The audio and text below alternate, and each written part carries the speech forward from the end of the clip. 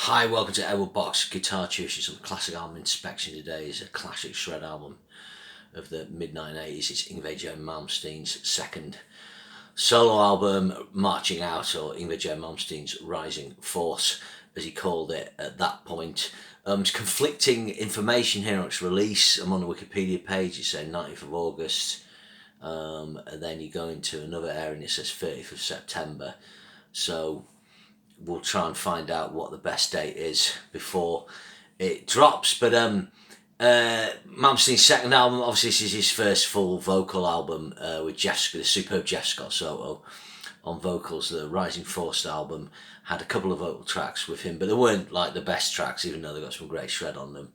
So this opens with a little thing called Prelude. It's just like a gothic-y instrumental. I suppose it's quite typical of metal bands. Metal artists to do sound effects laden intros. You know, it sounds as the Dark or Stonehenge by Black Sabbath isn't there. Saxon albums, kind of later Saxon albums, tend to start with things like this. So it just sets the atmosphere, and then it goes into I'll See the Light Tonight. One of the great Malmsteen songs, I think.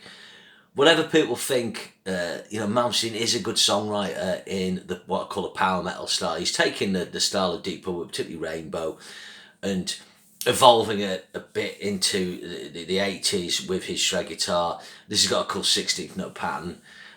It's just really good. The vocals are great, really good chorus, phenomenal guitar solo, great pivot lick, orchestration with Jens Johansson, and then he goes into one of the burning solos. Great track. Next up's Don't Let It End. This track's not as good, but it's decent. I give it a 6 out of 10, this track. Again, Malmsteen and Jeff Scott Soto write this. Malmsteen benefiting from having a co-writer, I think, something that he moved away from.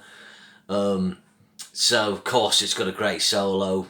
Then Disciples of Hell. I didn't used to like this track when I was young. It was too metal, too power metal, but now I love it.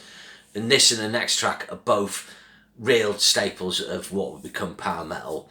You got to remember, before Malmsteen, Sweden wasn't on the map at all. This is something that gets overlooked. Basically, I never thought this, and it wasn't until watching the Rick Beato interview with Malmsteen that, Sweden obviously was known for ABBA and so on, but basically no one had come out of Sweden playing hard rock metal. Malmsteen came out, he went to LA, and from that comes Europe, and Sweden's massive for metal now, Opeth and everything. Malmsteen was the first, and he deserves full respect. This starts with phenomenal sort of flamenco style. They did some crazy arpeggios, which he revisits in the solo. The song's heavy as fuck. It's got a triplet feel. Insane guitar solo. It's an insane high bend where he bends two tones. Brilliant. Then you've got I'm a Viking. In some ways I think this is like a signature Malmsteen track. It's got a great harmonic minor infused riff, great staccato lead lines, stupid lyrics about being a Viking, but it fits it perfectly. Jeff Scott Soto really embraces it. It's very different, his vocal style in this Jeff Scott Soto, to something like Wet, Talisman.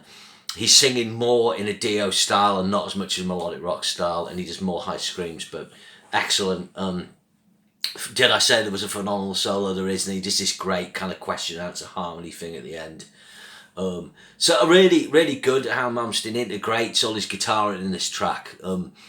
Later on, sometimes the focus can be too much on the solos later on in his career. In this, there is long solos. Of course there is. It's Malmsteen, and that's a lot of the reasons why people want to buy the records.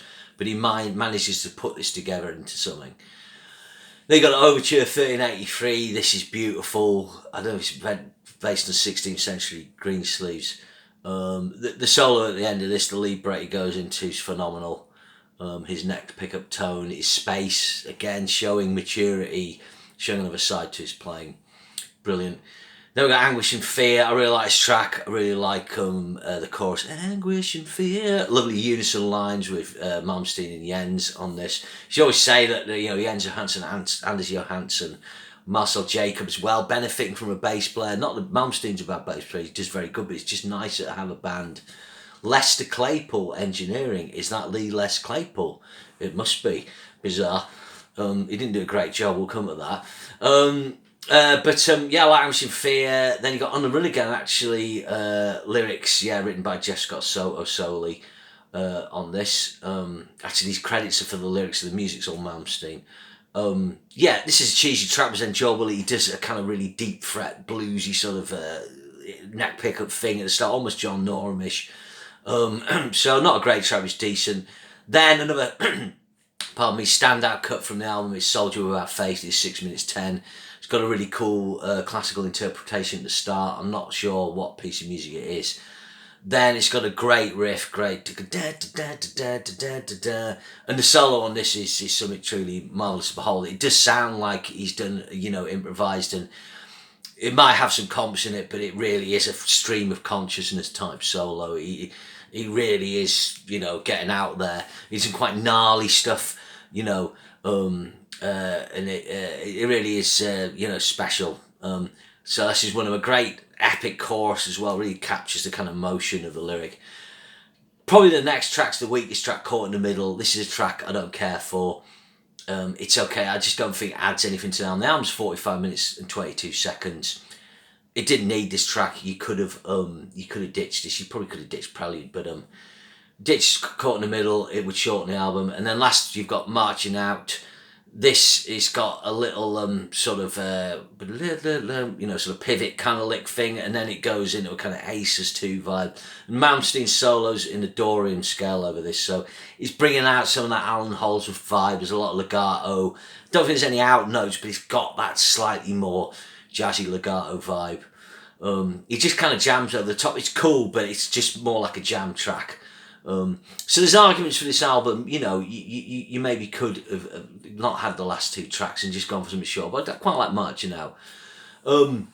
Mark out of 10 for this. I'll See the Night Tonight won 1.6, 2.6, 3.6, 4.6, 5.6, 6.2, 7.2, 7.8. Out of 10 tracks. I kind of give it a 7.5 to an 8. My main criticism of this is the production. It's very muddy. The drums are muddy. It's like the Rising Force album. His lead guitar sound is especially muddy. One thing I prefer about Trilogy, I prefer the songwriting. The songs are a bit shorter, but the production, I do think Trilogy's a pretty decent sounding record, although the drums could be a little less bishy.